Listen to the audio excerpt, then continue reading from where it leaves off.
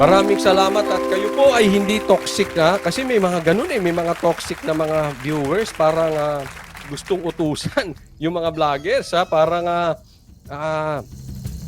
puro hatred sa puso. Wala na lang nagawang tama, wala, lahat mali. Or kung meron man silang puon, puro tama at walang mali.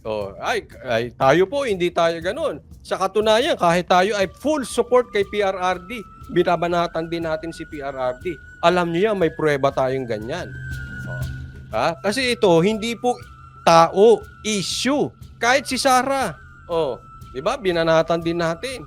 Hindi ibig sabihin, ayaw natin. Hindi. Ibig sabihin, that time, mali yung ginawa niya. Posibleng may mali siyang ginawa, at posible din may tamang ginawa. Lahat po ng tao nagkakamali. At lahat naman ng tao ay may nagagawang tama. So doon tayo sa issue, hindi sa tao. Naiintindihan po?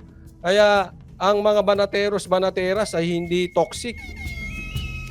Hindi yung parang Makabayan Black na basta kung ang gusto ng gobyerno kaliwa, sila dapat sasabihin nila kanan. At pag sinabi ng gobyerno kanan, dapat sila kaliwa. Lahat, basta anong gusto ng administrasyon ko kontrahin.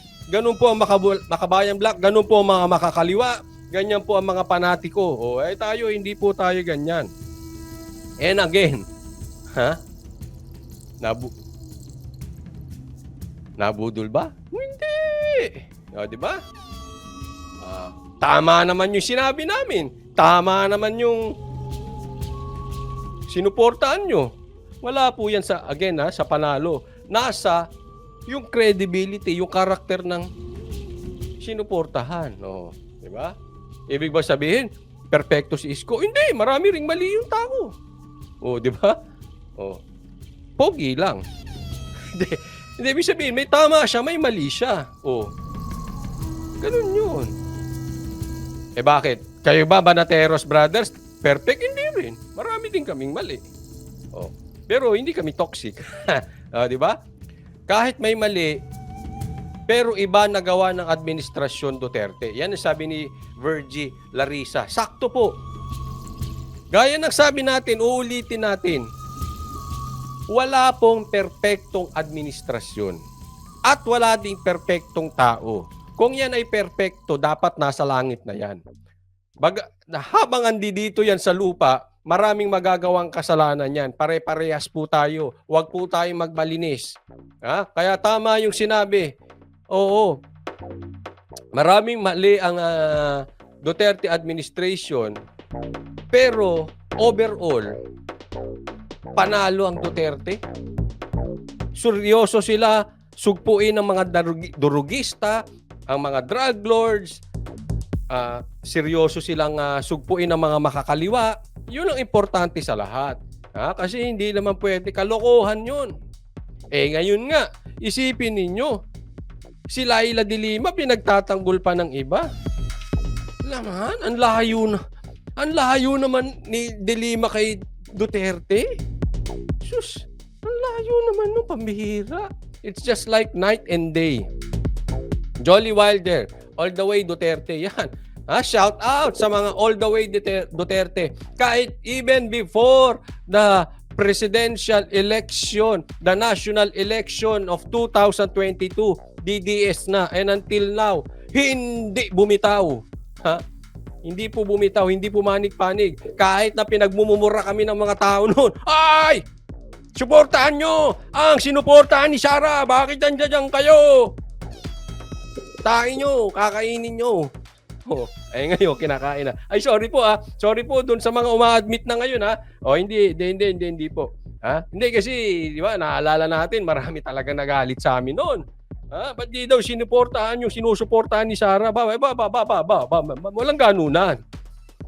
Walang pilitan. Huwag kayong toxic. Ba't yung pinipilit sa amin yung content nyo? Huwag nyo ipilit yung content nyo sa amin. Huwag nyo ipilit yung gusto ninyo sa amin. Sinong lumalabas na tama? Hindi po tayo nagmamalaki, ine-explain lang po natin. Di ba? Tama ba na hindi kami sumunod doon sa mga vloggers na ng budol? Sinakyan pa yun. Dapat inawat nga si Sara. Well, anyway, tapos na yun. Marami nang umaming sila ay nagkamali. Welcome to Banateros Brothers. And we will continue. Ito we will continue to go against the wave kung ito ay para sa ikakabuti, sa pangkabuuan. Hindi pwede yung uso-uso lang, uso-uso para maraming views. O sumama doon si Sara, sama tayo doon. Hindi ganoon, walang ganunan. Pagtingin namin tama.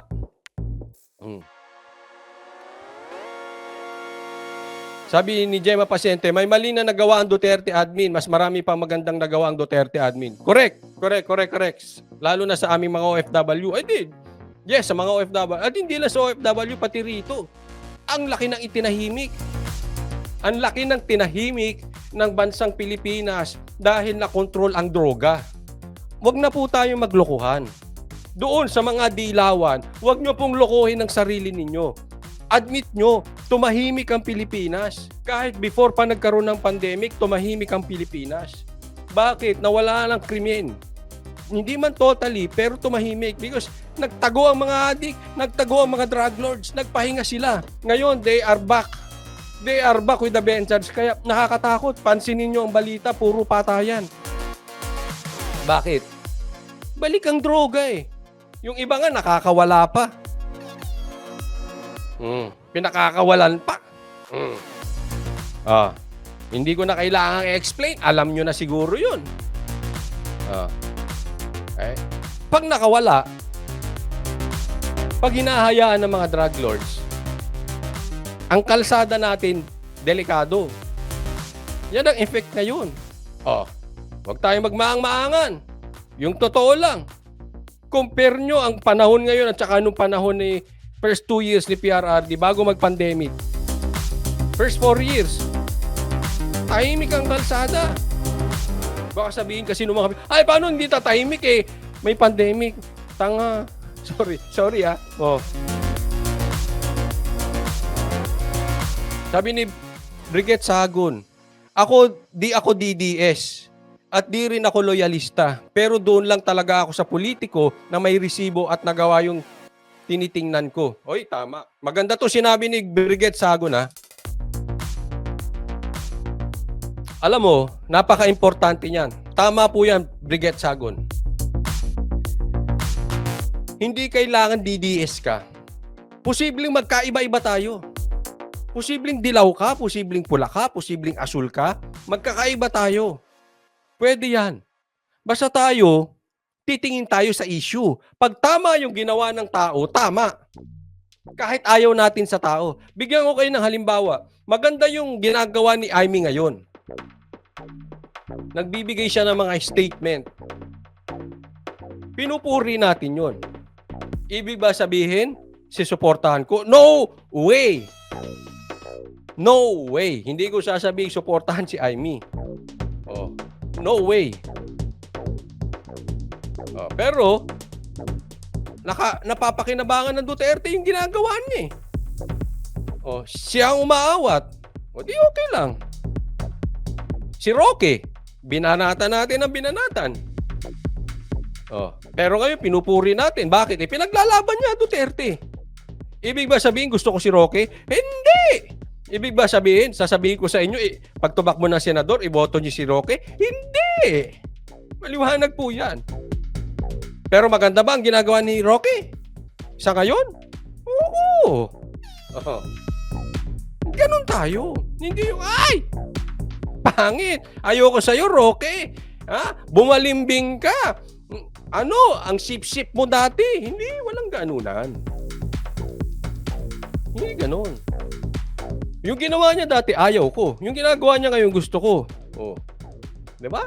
Ganun dapat. Ganun tayo. Hindi tayo yung sarado kasi alam mo, kalalabasan natin, magmumukha tayong bitter. Magmumukha tayo parang iniwan ng siyota. Bitter. Hindi. Napunta na naman sa siyota. Hindi, di ba ganun? Pagka naiwan ng jowa, ipapakita. Kunwari, lalaki iniwan ng babae, papakita ko. Ako nga pala ang sinayang mo. Ganon. May ganunan eh, di ba? Oh. Oh, kung babae naman na ano, magpapasexy yan. Ako, lang naman ang sinayang mo. Oh. Lahat ng gawin ng ex nila masama. Oh, anong kalalabasan mo niyan? Bitter. Oh, di ba? So depende 'yan. But then again, hindi ibig sabihin suportahan. Iba po yung pinupuri yung magandang ginawa, iba yung magpapakatanga kayo ulit. Iba 'yun, ha? Iba 'yun. Wag po tayong magpakatanga ng paulit-ulit. Edita, madlang bayan. Sabi niya, tingnan muna natin yung mga circumstances bago tayo magdesisyon. Sa katunayan, hindi nyo pa muna kailangan magdesisyon kasi malayo pa ang 2028. Nagtataka nga ako sa mga politiko ngayon, bakit babad sila ng babad dito sa eleksyon natin? Sa 2028, ang layo-layo pa.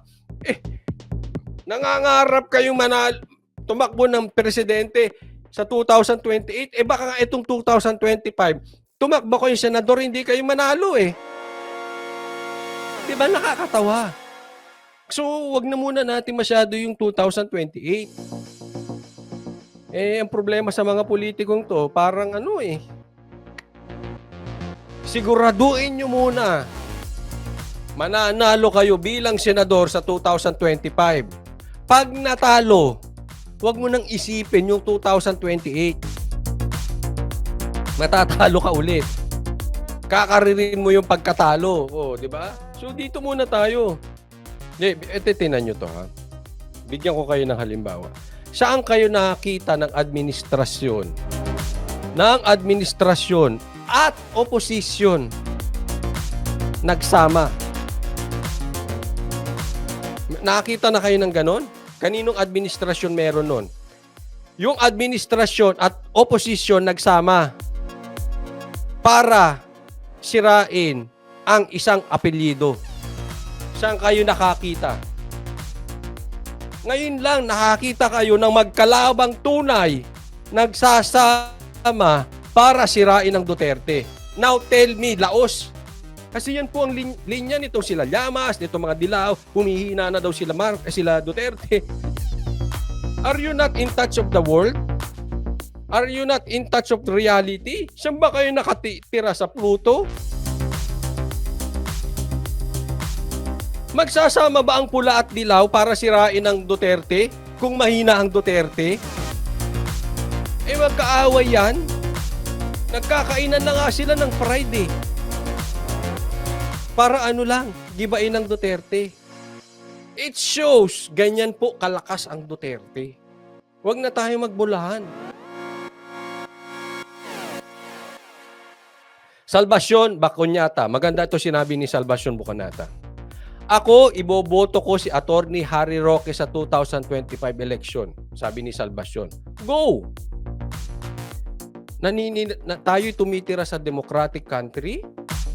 Karapatan nyo sino iboboto nyo. Hindi ko po kayo sasabihin wag nyo iboto. Ako, meron lang akong sasabihin ko sa inyo. Yung mga sa akin ay gusto kong suportahan. Pero hindi ibig sabihin, magagalit ako sa inyo dahil gusto nyong iboto. Ha? Kung sa tingin nyo ay panalo at maganda ang ginagawa ni Attorney Roque, so be it. Kung sa tingin ko iba, hindi ko gusto, hindi ko susuportahan. Kayo suportahan nyo, okay lang. Magkaibigan tayong tunay. Di ba? Hindi naman kailangan agree tayo sa lahat ng bagay eh. Oo. Kasi nga sa mga banateros, dito sa Banateros Brothers, hindi po tayo toxic. Oh, yung alam mo ang toxic? Yung control freak. Balik tayo sa jowa. Kung kayo ay nagka-jowa na or meron kayong karelasyon na control freak, sigurado ako toxic 'yan. Kasi gusto niyang kontrolin lahat ng bagay. Anak ko nga dilawan eh. Alam mo naman. Kokontrolin ko? Hindi. Sa'yo yan eh. Karapatan mo yan. Suportahan mo yan. Sige lang. Go, anak. Walang problema. At the end of the day, mahal pa rin kita. Anak pa rin kita. Hindi ibig sabihin, di ba ka? Ay, ayoko na sa'yo. Ay, ano ka, toxic? Hindi kami toxic. Sabi ni Criselda Reyes, kaya nga nila sinisira ang apelyidong Duterte kasi tinik sa dibdib ng Pulawan. Hindi ako DDS, pero mas pipiliin ko iboto ang Duterte. Tatay Diggs, balik ka na po. Please, please. Iba talaga eh. Alam mo, eto lang kung ikaw ay pula, kung ikaw ay dilaw, kung ikaw ay makaasul, at kung ano man ang gusto mo, kung ayaw mo katulad nitong si Criselda, hindi siya DDS. Pero bukas ang iyong isip. Yung totoo yung hindi kayong parang inggit sa Duterte, hindi kayong parang bitter sa Duterte, yung tipong bukas lang ang isip mo sa katotohanan. Wala tayong naging apelyido. Wala tayong naging politiko bukod sa Duterte na sobrang seryoso at hindi magarbo ang buhay at seryosong sugpuin itong mga salot sa mundo. Drug lords at mga makakaliwa. Yaan ang nagpapalubog sa bansang Pilipinas. Ang masama nito, naitsipwera ang Amerika. Kaya po, ang script ng Amerika is no to Duterte. They will do their best. Tandaan nyo po ito, sasabihin ko. Etong mga they will do their best. Hindi makabalik sa highest position ng Duterte kasi mababalik na naman sila sa Itchapuera. Ang Amerika ay ang gusto niyan controlled. For how many years controlled nila ang Pilipinas? Except nung panahon ni Duterte. Kaya matindi ang laban natin. Bukod sa may smart magic, sila pa yung nasa administrasyon at nasa likod nila ang Amerika. By all means, lahat ng machinery nasa kanila. Pero tatandaan natin, ang ganda nung sinabi ni PRRD. Presidency is a gift from God. Pag tinadhana yan, uulitin ko, kahit harangan pa yan ng Amerika, it will happen. At lagi kong naaalala, pagka may ganyan, huwag niyo pong kakalimutan yung kwento ni David. Pinangakuan siyang magiging hari. Lahat ng dapat iharang, gusto pa, pinapapatay, pinahahabol sa mga sundalo si David. At the end, God is above all things. Naging hari pa rin. Diba? Yan ang dyan. Yan ang bottom line dyan.